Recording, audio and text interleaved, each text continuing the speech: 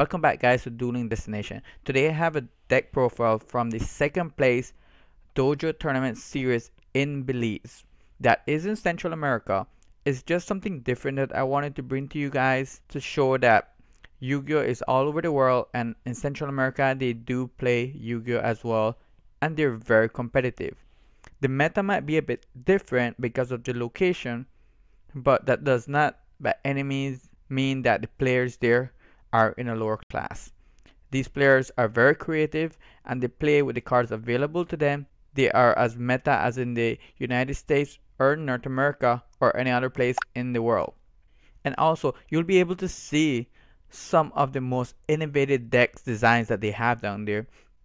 So guys, remember to like and subscribe, and if you enjoyed this type of content, let me know. I will try to get the first place winner of the tournament and also get some feedback on them. And now I bring to you guys the second place deck profile from the Dojo tournament series in Belize.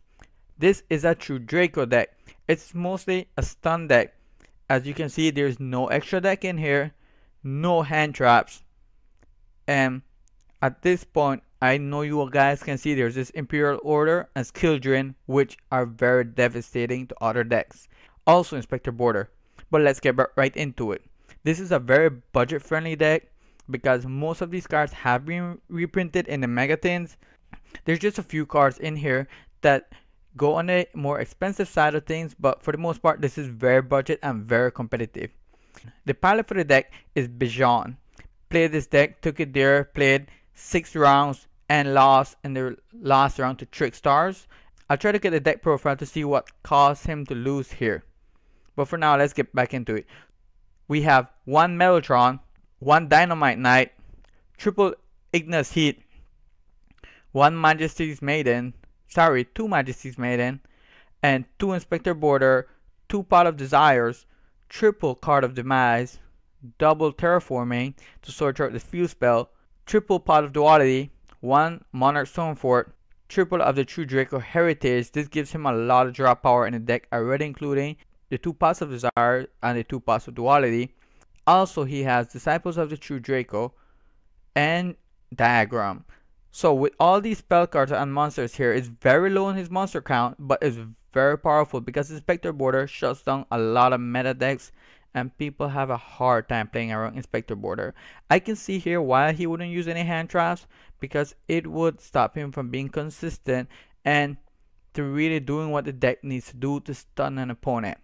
For his trap cards, he has True King's Return, triple copies of Monarch Erupt. That's just a skill drain for him because of the way the deck was built.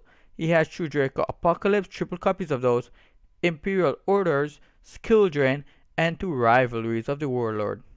Considering that all his monsters that he has are the same type of monsters.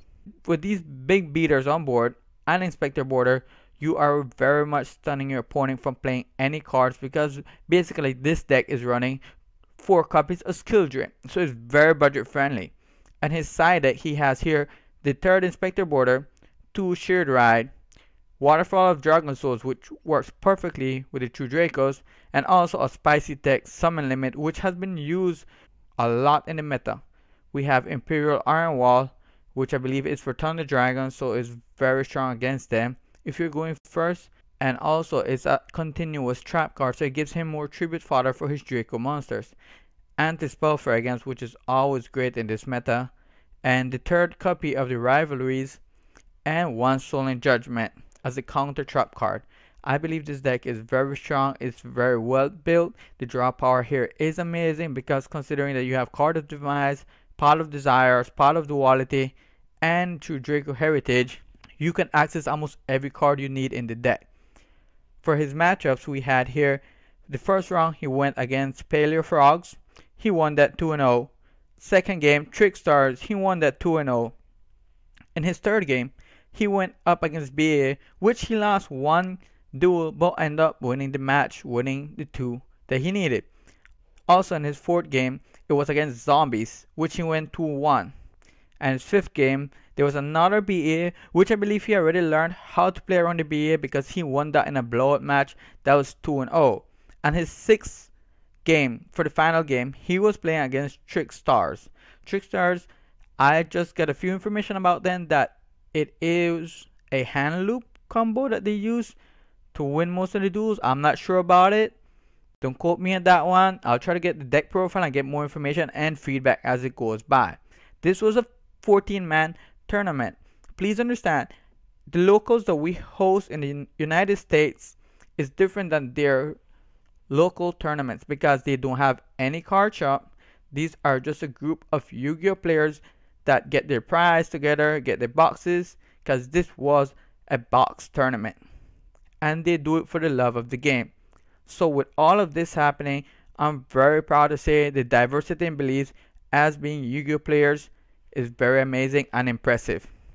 I had a few questions with Bijan, and I asked him what does he think about Yu-Gi-Oh in Belize, and his response was it's the same as any other country, just a bit more balanced because not everyone wants to stand so much on the top tier decks, so it gives players with average decks to have a chance to enjoy the game and win some duels as well. As you can see, the creativity there, it has almost no limits, so you can expect any deck to go on to.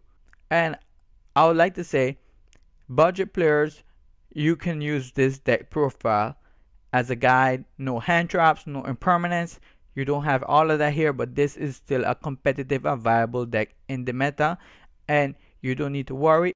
I don't think it's going to be hit on the ban list anytime soon. It's very under the radar right now. And for the final question to Bijan, I had asked him, does he have any cards that he would want off the ban list?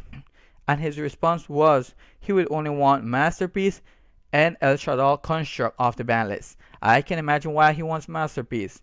Well guys, that was the deck profile from the Dojo Tournament Series in Belize. I'll try to bring you the first place winner and see what was his point of view on what happened in the tournament. This was a box tournament and it was 14 players. It was just amazing to see the diversity, creativity, and the type of decks that they run in Belize. So guys, remember to like, subscribe, and if you enjoyed this content, let me know in the comment section and we can continue bringing different deck profiles. Okay guys, see you next time.